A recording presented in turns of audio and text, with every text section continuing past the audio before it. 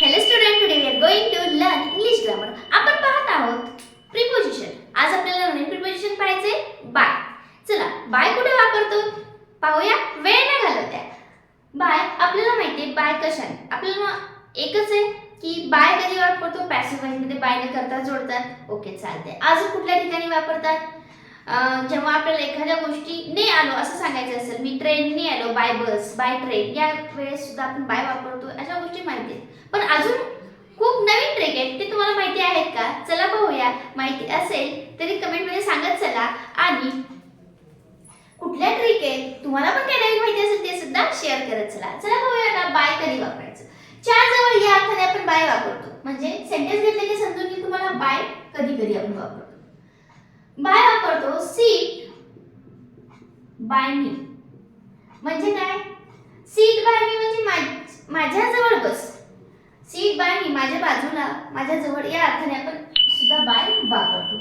Again आता आपल्याला म्हणायचंय 6 वाजेपर्यंत पोहोच बर का किंवा 6 वाजेपर्यंत येशील का असं तुम्हाला विचारायचं असेल सांगायचं असेल तेव्हा सुद्धा तुम्ही वाजेपर्यंत या अर्थाने सुद्धा बाय वापरता. कसं सेंटेन्स मध्ये यूज करू ना पाहूया. Would you come by 6 o'clock? Would you come by 6 o'clock? 6 वाजेपर्यंत तू येऊ शकशील का किंवा येशील का या अर्थाने मी म्हणा वाजेपर्यंत 6 वाजेपर्यंत येऊ शकशील का या वेळेस सुद्धा तुम्ही बाय ने कर असं जोडू शकता टायमिंग वगैरे. ओके इथं आपण बाय वापरू शकतो. अजून पॅसिव्ह वॉइस मध्ये सुद्धा बाय वापरतात हे सगळ्यालाच माहिती आहे. पॅसिव्ह वॉइस मध्ये काय करतो करता आपण बाय ने जोडतो त्या ठिकाणी पॅसिव्ह वॉइस मध्ये तुम्ही बाय वापरू शकता. केव्हा जेव्हा सजीव करता असेल तेव्हा. एक्झाम्पल मध्ये घेऊन घेते तुम्हाला लगेच समजून येईल. Letter a letter was family सगळे टीचर हे फर्स्ट हेच घेतात मग तुम्हाला सांगितलं बाय कसं आपण यूज करतोय. रिटर्न बाय हर पहा सजीव आहे तिने लिहिलं तिच्याकडून लेटर लिहिलं गेलंय किंवा तिने लेटर लिहिलं तिच्याकडून लेटर किंवा पत्र लिहिलं गेलंय यावेळेस म्हणजे ते कोण आहे सजीव करताय तेव्हा इथं बाय ने वापरतात. मग निर्जीव असल्यावर काय निर्जीव असल्यावर सुद्धा आपण काय करतो त्यावेळेस एक सेंटेन्स घेते म्हणजे तुम्हाला समजून जाईल. द हाऊस वॉज डॅमेज इथे सुद्धा बाय वापरले निर्जीवच आहे. मग चेंजेस काय थोडं कंपेअर करून शिकूया. By the स्ट्रोम. Okay the house was damage by the स्ट्रोम. दोन्ही मध्ये याच्यामध्ये सजीवांकडून कार्य केले गेले इथे तसं नाहीये. हाऊस वॉज डॅमेज हाऊस पण निर्जीव आहे बाय द स्ट्रोम इथे पण बाय वापरले हे निर्जीव आहे तरी पण बाय वापरलं. बाय बिकॉज ऑफ इथं असं दिसते आहे निर्जीव पण कृती त्यांची कशी आहे सजीवाप्रमाणे. ओके आता हे सजीव आहेत का स्ट्रोम स्ट्रोम म्हणजे काय वादळ घर. The house was damage by the स्ट्रोम म्हणजे वादळामुळे काय झालेले घर डॅमेज व्हायले खराब व्हायले कुठेतरी त्याला काही झालं असेल मे बी. मग हे करू शकते का नाही हे निर्जीव आहे पण ह्याची कृती कशी दिसते सजीवाप्रमाणे दिसायली त्यावेळेस तुम्ही सुद्धा बाय वापरू शकता तरी निर्जीव असेल तरी सुद्धा. म्हणजे खूप जणांना असं वाटेल की नाही तो काही पण सांगताय तसं नाहीये तुम्ही वापरू शकता बाय निर्जीव मध्ये पण त्याची कृती कशी पाहिजे सजीवाप्रमाणे तेव्हा तुम्ही वापरू शकता. नेक्स्ट आता आपल्याला अजून काय पाहिजे च्या द्वारे या अर्थाने सुद्धा आपण बाय वापरू शकतो. कसं I shall go by bus. I shall go by bus यावेळेस म्हणजे मी बसनी गेलो त्यावेळेस सुद्धा तुम्ही काय वापरू शकता बाय वापरू शकता. ओके अजून एवढंच आहेत का बायचे हे काही एक्झाम्पल. अजून आपण बाय एक छोटीशी ट्रिक सांगते बायची. म्हणजे जर सेंटेन्स मध्ये अ किंवा आयन आलं असेल किंवा आयन आलं असेल प्लस ऍडजेक्टिव्ह असेल प्लस कार असेल आताच मी सांगितलं बाय बस आलं होतं त्यावेळेस त्याच्यावरून हे सांगते ऍडजेक्टिव्ह प्लस कार असेल टॅक्सी असेल किंवा बस असेल काही असू शकतं. अशी रचना जर वाक्यात आली असेल त्यावेळेस मात्र तुम्ही बायच्या ऐवजी इन वापरावं लागतं. त्या ठिकाणी बाय वापरायचं नाही इन वापरायचं. मग सेंटेन्स कसं होईल हे पाहूया. इथे काय झालेलं आहे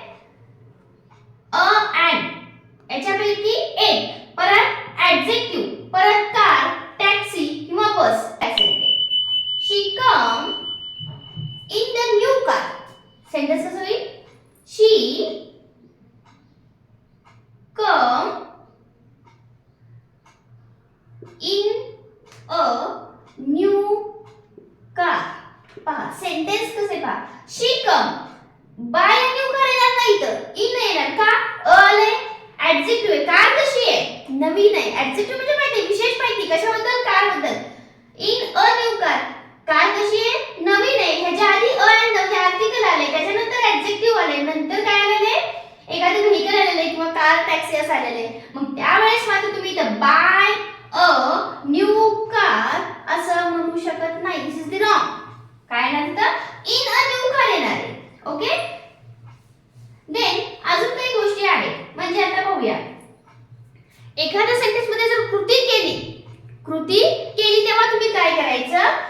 करता बाय न वापरू शकता जोडायचा. मी सांगितलं होतं आपण पॅसिव्ह वॉइस मध्ये. पण कशाने केली हे जर आलं म्हणजे कशाने विथ, तेव्हा आपण विथ वापरायचं. सेंटेन्स म्हणून आपण पाहूया. बाय आणि विथ हे दोन्ही त्याच्यामध्ये येईल. The bag was given by her. The bag was given by her. आणि सेकंड येते he was beaten with stick by him. दोन्ही मध्ये काय फरक आहे हे पाहून घ्या. A bag was सेंटेन्स कशी घेतलेले? A bag was given by her. इथं by ने काय जोडला? सजीव जोड मगाशी सांगितलं तेच आलेले, काही त्यात चेंजेस नाही. पण ह्या सेंटेन्स मध्ये बघा शी वॉज बीटन विथ स्टिक आणि बाय ने काय जोडलाय? परत कर्ता जोडलाय. म्हणजे कशाने झालं ते कशाने जोडलं तुम्ही? विथ न झालं म्हणजे साधन कृती झाली आहे. इथं कशाची झाली आहे? बीटिंगची झाली आहे. पण कशाने झाली? स्टिक न झाली. त्यावेळेस तुम्ही बाय स्टिक नाही म्हणायचं, तिथं विथ स्टिक म्हणायचं आणि बाय न जो काही कर्ता आहे तो जोडायचा. अशा प्रकारे तुम्ही बाय वापरू शकता. मोस्ट नेसेसरी या गोष्टी खूप जणांना इथं कन्फ्युज होतात. बाय न्यू कार म्हणायचं का इन न्यू कार म्हणायचं? नाही, बाय वापरत नाही. का? तर तुम्हाला सांगितलंय रूल आहे. Article plus adjective plus car taxi bus असं असेल तर तिथे तुम्ही इन वापरायचं.